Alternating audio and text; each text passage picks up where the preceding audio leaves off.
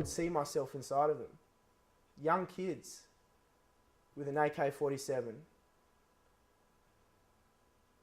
I wasn't afraid because I looked at them and they looked at me, and they'd ask me a question. They could see that at that time I spoke broken Portuguese, and they had a curiosity about me, and I had a huge curiosity about them, because I thought, hang on, these are young kids. So I started to ask them questions. How did you enter crime?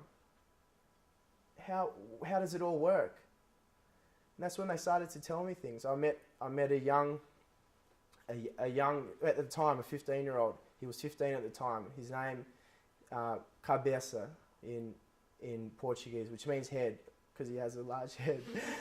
But I met him at that 2007, and he was sitting there, and he had an AK-47 around his neck, and I spent some time with him, sitting down and just talking to him, asking him questions. He entered crime when he was 12 years of age. He never met his dad. He went there because he got involved through crime because he used to look up to the drug traffickers in his favela, because that was the only male role model in his life. He left school at 11, entered drug trafficking. By the time, 3 years later, he knew he had to go back to school, but it was too late. What was he going to do? Where was he going to work?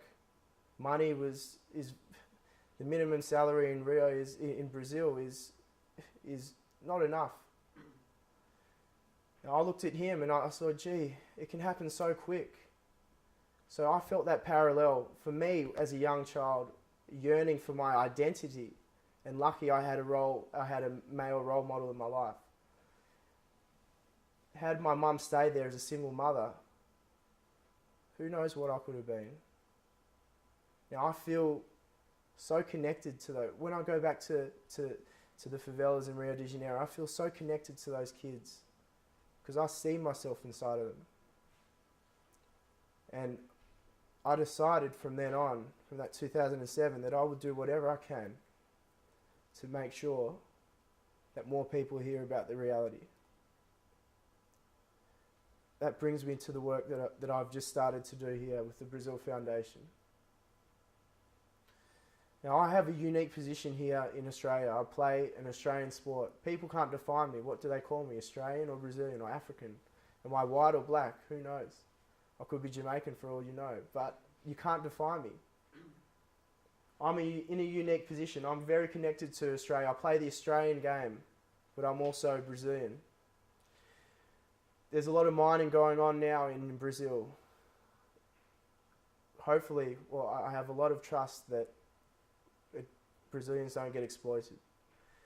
But I know for a fact that the stories that I can share, the way that I can connect people to a harsh reality that I've seen, I know that once you give people a direct experience, what happens is their awareness expands. And from that awareness creates empathy. And empathy means that ignorance is no longer possible.